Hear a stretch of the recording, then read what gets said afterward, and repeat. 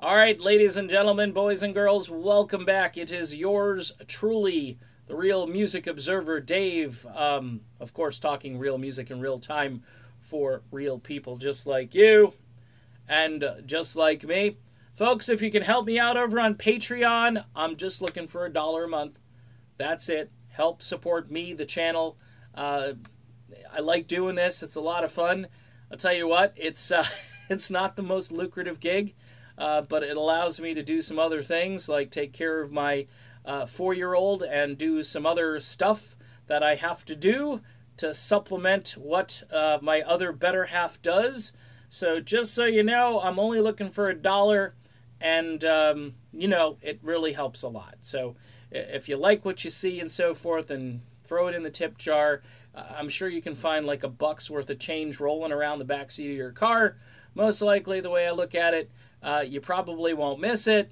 You can buy the large instead of the grande coffee, and we'll be. In fact, you could probably save like $20 a month doing that. Okay, so in my continuing series on who shouldn't have been fired, of course, this one is just like it's a hanging curveball for me.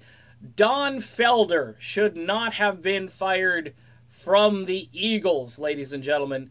And you've heard me talk about Felder before. In fact, one of my most popular videos is about Don Felder. And here's the deal with Felder, okay? Felder signs a contract when he comes on board, does that little guitar thing on Good Day in Hell from the On the Border album. The Eagles, as you know, were looking to kind of beef up their sound and sort of turn down the country and turn up the classic rock, the electric side of the group. They wanted to be taken seriously. They wanted to be on FM radio and not just AM radio.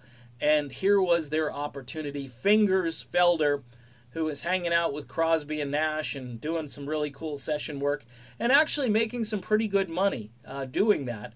So when he joins the Eagles, they sign a contract, and it's a binding contract. Don Henley, in the Eagles documentary, sort of makes light of that and says, well, some things change. Well, Don, no, not exactly. If it's a legal contract, it doesn't change unless you have high-powered lawyers and you have negotiators. And this was settled out of court eventually, and Felder was fired and then probably got some money, just as a way to, kind of like a severance package. Yeah, we're firing you, but here, take this money and have a nice day. Felder, of course, went and wrote a tell-all book, and it's called, I think, Heaven and Hell, right? My Life in the Eagles and so forth, and went on a big kind of speaking tour for a little while, appearing on various talk shows. Very infamous interview with Howard Stern, where Felder just laid it all out there, and got a lot of sympathy from various well-known folks in the industry. But here's why he shouldn't have been fired. Number one, he was a great guitar player. And number two, he had a contract. Okay? Look, I get the other side of this. Henley and Fry were the brains behind the operation.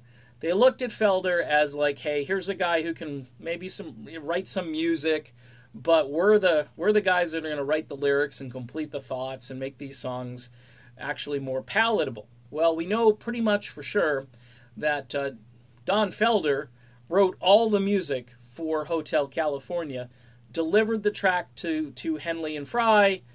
They thought he was a bit of a nuisance for producing all these great music beds for them to listen to. And lo and behold, they crafted some great lyrics. Henley, I believe, was the chief architect of the song, but you can't deny the music on Hotel California and how great it is. And that alone probably should have secured the contract for life for Don Felder. I get it. He wanted to sing more. He wanted to be more creative. These guys didn't want it, although they did put up with a lot of sort of B-side type tracks from Bernie Leadon prior. But all of a sudden, on Hotel California, they didn't want quote-unquote filler. Well, I don't know. Victim of Love with Don Felder singing, I think, would have been really interesting at this stage. but that's just me. Felder, of course, has gone on to do quite well on his own, but he should still be in the Eagles.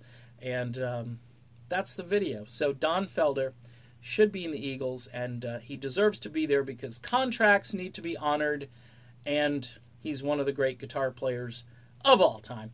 All right, I'm done. I'll be back soon. See you then.